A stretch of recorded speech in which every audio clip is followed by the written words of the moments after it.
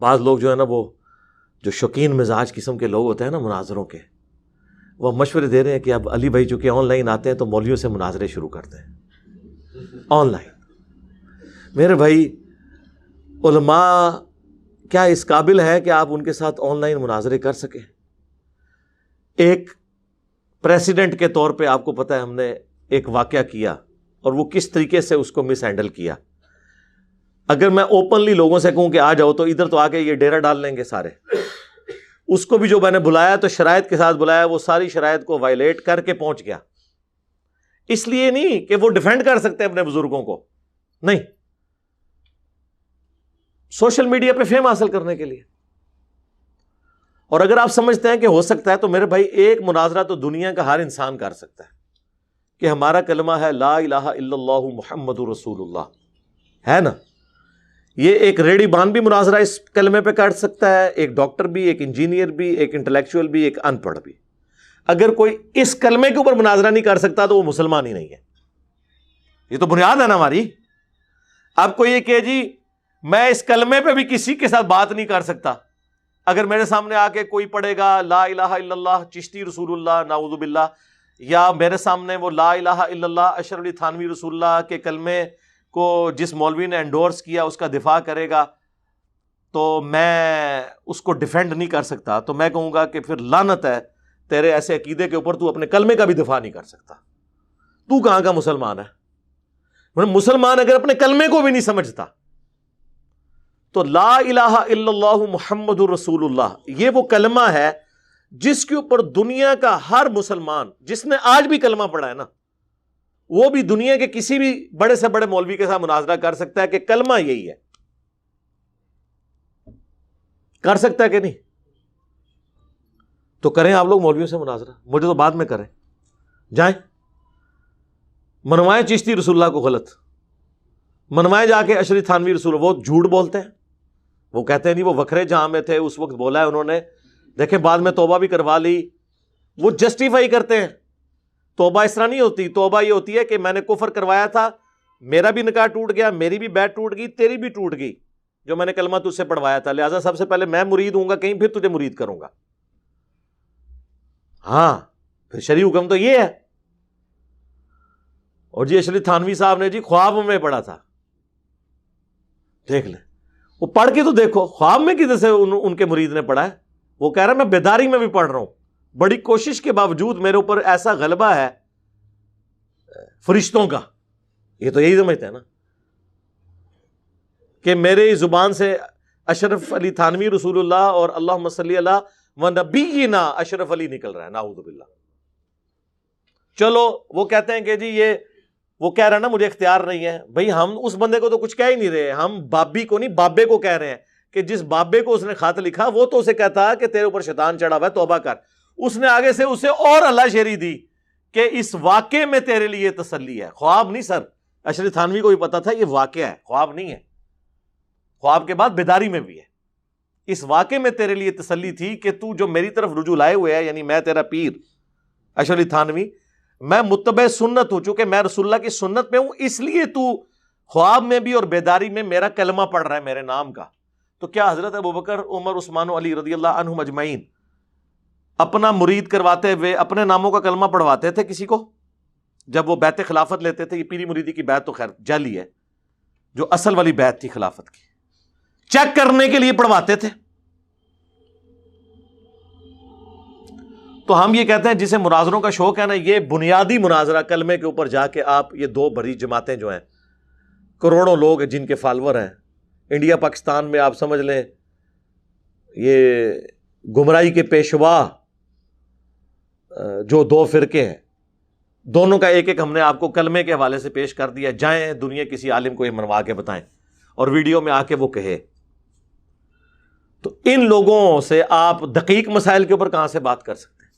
تو الٹیمیٹلی اس کا سلوشن یہی ہے کہ آپ اپنے دلائل ویڈیو میں ریکارڈ کروائیں، جسے شوق ہے وہ ویڈیو میں اس کا جواب دے، اور اللہ کا شکر ہے جو ویڈیو میں جواب دے رہا ہے، اول تو دے ہی کوئی نہیں رہا، وہ ذلیل ہی ہو رہا ہے۔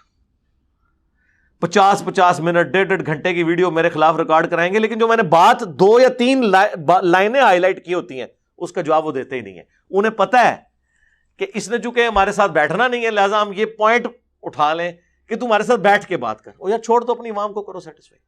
باقی اب جب سے یہ لائف سٹوریز شروع ہوئی ہیں آپ کو اندازہ ہو گیا کہ لوگ اتنی تیزی سے تبدیل ہو رہے ہیں, تو ہمیں کیا ضرورت ہے کسی کے ساتھ بیٹھنے کی. ٹھیک ہے آپ کی عوام سیٹسفائی نہیں ہو رہی, وہ آپ کو چھوڑ کے جا رہی ہے. ہم تو آپ کے ساتھ ہمدردی کر رہے تھے کہ آپ جواب دیں, آپ جواب نہیں دینا چاہتے تو یہ نہ سمجھیے گا کہ یہ مسئلہ ان اٹینڈڈ ہو جائے گا, پھر سارے آپ کو چھوڑ دیں گے. یہ دیکھیں میں اپنے دشمنوں کے ساتھ بھی کیسی ہمدردی رکھتا ہوں, علمی دشمن, ذاتی نہیں, اللہ اور اس کے رسول کی نسبت کی وجہ سے. نمازیں ان کے پیچھے پڑھتے ہیں ہم, ٹھیک ہے, ان کے ساتھ میں ہمدردی کر رہا ہوں کہ اپنی عوام کو سیٹسفائی کریں. آپ عوام کو بتائیں کہ المحنت کا جو یہ عقیدہ ہے کہ ہم بزرگوں کی قبروں اور سینوں سے جائز طریقے سے فیض لینے کے قائل ہیں, یہ عقیدہ جو ہے اس طرح ثابت ہوتا ہے. تو پھر آپ نہیں بتائیں گے, پھر ہم لوگوں کو تو بتائیں گے میاں لوگ کیا کہیں گے, پھر ہم بتائیں گے لوگوں کو. آپ نہیں سے بتا رہے کہ وہ کیسے سینے سے فیض لینا ہے, تو ہم نے بتایا وہ کیسے قاسم نانوتوی صاحب کو رشید احمد گنگوئی صاحب نے اپنے ساتھ لٹا کے ان کے سینے پہ ہاتھ پھیر کے کروٹ ان کی طرف کر کے سینے سے فیض کس طریقے سے وہ ٹرانسفر کیا ہے. پھر ہم بتائیں گے کہ سینے سے کیسے فیض آپ کے بزرگان دین ٹرانسفر کرتے تھے. پھر ہم آپ کو بتائیں گے کہ اشرف تھانوی صاحب جو ہے ارواح ثلاثہ میں لکھ رہے ہیں کہ مرنے کے 6 سال کے بعد قاسم نانوتوی صاحب قبر سے نکل کر دیوبند کے 2 مولویوں کی صلح کروا کے واپس چلے گئے. یہ قبر سے فیض اس طریقے سے آپ لوگ لیتے تھے, خواب نہیں بیداری میں. بریلویوں کا بابا نکلا ہے تو شرک, تو بابا نکلا ہے تو کرامت, حقائق اولیاء. تو دیکھ لیں اس کے سے لوگ پھر چینج ہو رہے ہیں, اللہ کا شکر ہے. اور پچھلے دنوں تو ہم نے اگلی قسط بھی پیش کر دی تھی. وہی مولانا صاحب کہتے ہیں کہ جی ہم نے دیکھا ہے کہ قاسم میاں جو ہے وہ دلہن کی شکل میں ہمارے خواب میں آئے ہیں. اور پھر آگے انہوں نے جو جملے لکھے ہیں نا کہ جو ایک مرد کو عورت سے, عورت کو مرد سے نفع پہنچتا ہے وہ بھی ہوا. اور اس کی انہوں نے تعبیر پھر یہ بیان کی کہ قاسم میاں جو ہیں وہ رشید احمد گنگوئی صاحب کے جو شاگرد ہیں ان کی بعد میں کفالت کریں گے. اس سے یہ رزلٹ نکلا. اللہ نہ کرے کہ اتنے برے طریقے سے کسی کو خواب آ کے اس قسم کے رزلٹ نکلیں. یہ اپنے بچوں کو, اپنے گھر والوں کو, اپنے بزرگان دین کے خواب سنا سکتے ہیں؟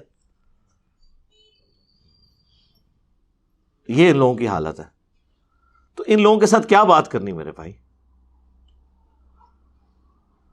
تو ہم صرف دعا ہی کر سکتے ہیں کہ اللہ تعالیٰ ہدایت دے ان کو بھی, ان کی عوام کو بھی, ہمیں بھی, سب کے لیے دعا کرنی چاہیے. اللہم اہدنا الصراط المستقیم صراط الذین انعمت علیہم غیر المغضوب علیہم ولا الضالین آمین. اکثر لوگ کہتے ہیں نا امام کا مقلد ہونا چاہیے, یہ آپ کو جب یہ کہہ رہے ہوتے ہیں, ویسے تو مسئلہ 197 میں نے ان کی طبیعت صاف کی ہے, وہ آپ دیکھ لیں, اماموں کی گستاخی کا الزام. تو آپ ان سے اگلا سوال کیا کریں کہ ٹھیک ہے ہم حنفی بریلوی ہوں یا حنفی دیوبندی ہوں, تو آپ کو کہیں گے نہیں ہمارے میں تو کوئی فرق نہیں ہے, وہ عقیدوں کا فرق ہے, باقی فقہ تو ہماری سیم ہے. اچھا اگر آپ کی فقہ سیم ہے تو حنفی بریلویوں کے نزدیک کوا حرام ہے اور حنفی دیوبندیوں کے نزدیک کوا کھانا جائز نہیں سر, نہ نہ نہ, پرانی بات ہے. فتاوی رشیدیہ میں لکھا ہے ثواب کا کام ہے. تو میرے خیال ہے اب حنفی دیوبندی علماء کی جب آپ دعوت کریں تو انہیں کوا روسٹ کھلایا کریں, کیونکہ وہ اور انہیں بتائیں کہ چونکہ یہاں پہ بریلوی زیادہ ہیں اور وہ اسے حرام سمجھتے ہیں, تو ایسے موقع پہ اس کو کھانا کھلانے والا بھی ثواب اسے بھی ملے گا. ٹھیک ہے, تو وہ ثواب آپ ان کا اس میں سے جو ہے وہ پکا کریں. تو انہیں بتائیں کہ بھئی بحث کرنے کی ضرورت نہیں ہے, بھئی حنفی بریلوی اسے حرام سمجھتے ہیں, حنفی دیوبندی جو ہے وہ حلال سمجھتے ہیں, تو آپ آپس میں مسئلہ حل کریں, ہمیں تو چھوڑ دیں. ہم تو کتاب و سنت کے ماننے والے ہیں, آپ دونوں تو ایک فقہ پہ چل رہے تھے نا, آپ کیوں نہیں متفق کوے کے اوپر؟ وہ اسی لیے متفق نہیں ہے کہ ان کے جو مسائل ہیں وہ ہٹ درمی کے اوپر ہوتے ہیں. میں آپ کو ایک اور مثال دیتا ہوں. بریلوی نبی صلی اللہ علیہ وآلہ وسلم کے مبارک نام پہ انگوٹھے چومتے ہیں, دیوبندی کہتے ہیں بدعت ہے, وہ حدیثیں ضعیف ہیں. ہاں فضائل مال میں ہوں تو ضعیف بھی چل جائیں گی, بریلویوں کی ہوں تو وہ نہیں چلیں گی. لیکن آپ کو مزے کی بات بتاؤں, جو فقہ حنفی ہے نا, در مختار کے اوپر حاشیہ ہے رد المختار, جسے فتاوی شامی کہا جاتا ہے، جو دیوبند اور بریلویوں کے نزدیک کامن ہے۔ فتاوی شامی احمد بریلوی سے بھی پہلے لکھا گیا ہے، اس کو دیوبندی بھی مانتے ہیں، بریلوی بھی۔ المہند میں اس کے حوالے موجود ہیں فتاوی شامی کے، دیوبندیوں کی کتاب میں، خصوصاً جو انہوں نے کہا کہ فتاوی شامی میں ہمارے بزرگوں نے لکھ دیا ہے کہ خوارج کی ایک جماعت ہے جو وہابی اہل حدیث ہیں۔ المہند میں انہوں نے اپنے بزرگوں کا نام لکھا ہے۔ اور جال حق میں بریلویوں کے امام نے فتاوی شامی کی عبارت وہابیوں کے بارے میں نقل کی کہ فتاوی شامی میں ان کو ڈکلیئر کیا گیا ہے شیطان کا سینگ، خوارج کی جماعت ہے۔ یہ دونوں نے حوالے لیے میں۔ تو فتاوی شامی میں آپ کو اذان والے چیپٹر میں ملے گا کہ نبی علیہ السلام کا جب نام آئے تو انگوٹھے چوم کے آنکھوں کو لگائے جائیں۔ پہلی دفعہ پڑھا جائے قرۃ عینی بک یا رسول اللہ، اے اللہ کے رسول آپ میری آنکھوں کی ٹھنڈک ہیں۔ دوسری بار جب اذان میں نام سنیں تو انگوٹھے چوم کے آنکھوں کو لگائیں اور کہیں صلی اللہ علیہ یا رسول اللہ، تاکہ وہ درود شریف بھی انہوں نے پورا کرنا تھا نا، کہ بھی لوگ کہیں گے انگوٹھے ہی چوم لیے، درود شریف تو پڑھا ہی کوئی نہیں، تو وہ کہہ رہے ہیں دوسری بار آپ درود شریف پڑھیں۔ اب یہ فتاوی شامی دیوبند اور بریلویوں کی کامن بک ہے فقہ حنفی کی، لیکن اس میں عمل بریلوی کر رہے ہیں۔ دیوبندی انگوٹھے چومنے کو غلط کہتے ہیں، الٹا بدعت کہتے ہیں۔ جب میں شروع میں تحقیق میں تھا نا، G11 میں 2007-8 کی بات ہے، ایک دیوبندی مفتی کے پاس ہمارے آفس کے ایک کولیگ مجھے لے گئے۔ انہیں شک پڑا کہ کہیں یہ مطلب تحقیق کرتے ہوئے تبلیغی جماعت تک، دیوبندیوں تک پہنچے، کہیں آگے ہی نہ نکل جائیں، یہ تو خطرہ انہیں پڑ جاتا ہے۔ اچھا، میں اس وقت وقتی طور پہ دیوبندی ہوا، تبلیغی جماعت میں بھی تھا، رائے وینڈ کا اجتماع بھی اٹینڈ کر کے آیا، لیکن میں انگوٹھے بھی چومتا تھا۔ تو جب وہ وہاں مجھے لے گئے مفتی صاحب کے پاس، تو میں نے ان سے کہا کہ آپ لوگ انگوٹھے کیوں نہیں چومتے؟ یہ تو فقہ حنفی کی بنیادی کتاب میں لکھا ہے، جو دیوبندی اور بریلوی کے فرق سے پہلے کی کتاب ہے، فتاوی شامی۔ در مختار پہ حاشیہ ہے رد المختار، در مختار پہ اعتراضات کو انہوں نے کیا ہے، اور یہ وہی فتاوی شامی ہے جس میں لکھا ہے کہ اگر آپ کو یہ یقین ہو کہ اپنے خون اور پیشاب سے سورہ فاتحہ کا تعویذ لکھنے سے آپ کو شفا ہو سکتی ہے تو یہ لکھنا جائز ہے۔ جی، یہ وہی فتاوی شامی ہے جس کا یہ دیوبند اور بریلوی دفاع کرتے ہیں۔ صرف ایک جنا پیدا ہوا ہے، میرا استاد غلام سعود سعیدی صاحب رحمہ اللہ، اللہ تعالیٰ ان کے گناہوں سے درگزر فرمائے، نیک کاموں کا اجر دے، بریلوی محقق تھے، انہوں نے شرح صحیح مسلم میں رد کیا ہے اس کا،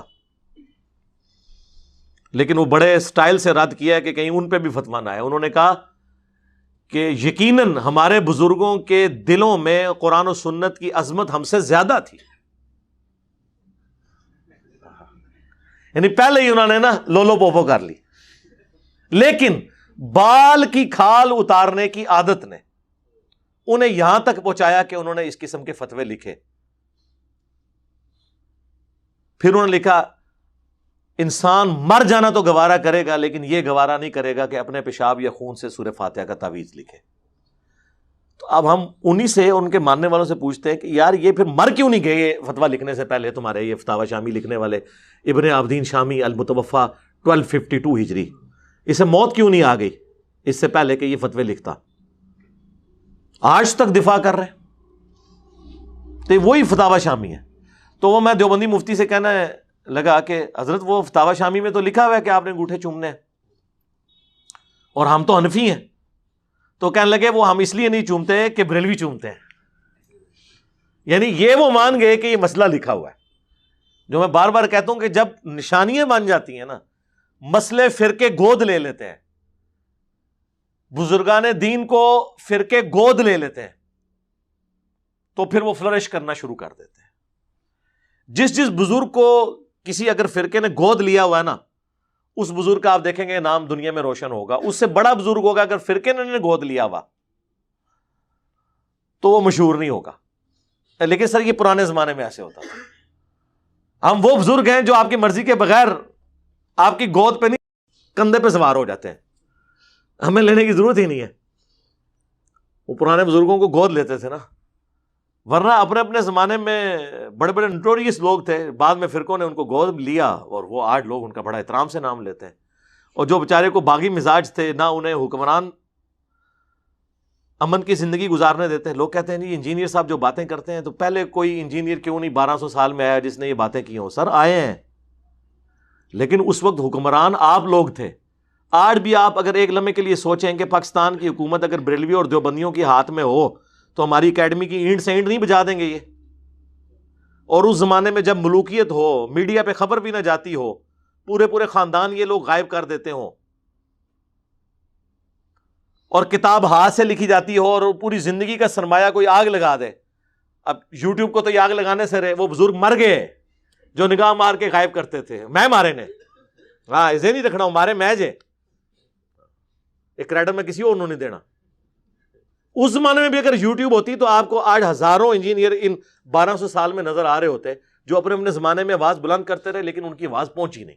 یہ تو اسلام کی نشت ثانیہ کا آغاز ہو چکا ہے. اور جو حدیث ہے مسند احمد میں مشکات میں موجود ہے, قیامت اس وقت تک قائم نہیں ہوگی جب تک کہ دنیا کے ہر گھر میں میرا پیغام نہ پہنچ جائے اور لوگ چاہتے ہوئے یا نہ چاہتے ہوئے اس دعوت کو قبول نہ کر لیں. صحابہ کرام تو سوچ بھی نہیں سکتے تھے کہ یہ ایسے ہو سکتا ہے, لیکن آج دیکھ لیں ہو گیا. لوگوں کی مرضی کے بغیر ہم ان کے موبائل میں گھسے ہوئے ہیں. یہ لائف سٹوریز میں آپ دیکھ نہیں رہے, 15 سال کے بچے, 18 سال کے بچے, اور وہ کہہ رہے ہیں جی 4 سال سے سن رہے ہیں. اب اگر 18 سال کا بچہ 4 سال سے سن رہا ہے تو 14 سال کی عمر سے سن رہا ہے. اور کئی لوگوں نے تو اپنے ماں باپ کو بھی چینج کر لیا ہے. جن کے نہیں چینج ہو رہے تو وہ انتظار میں ہے کہ اللہ تعالیٰ جب ان کو اپنے پاس بلا لے گا پھر ہم دعوت کا کام کریں گے. کتنا ظلم ہے کہ ایک مسلمان دوسرے مسلمان کے بارے میں سوچ رہا ہے کہ اس کے شر کی وجہ سے میں اللہ کے نبی کی دعوت کا کام نہیں کر سک رہا, اور وہ دوسرا مسلمان اس کا باپ ہے, اس کا بڑا بھائی ہے, اس کی والدہ ہے.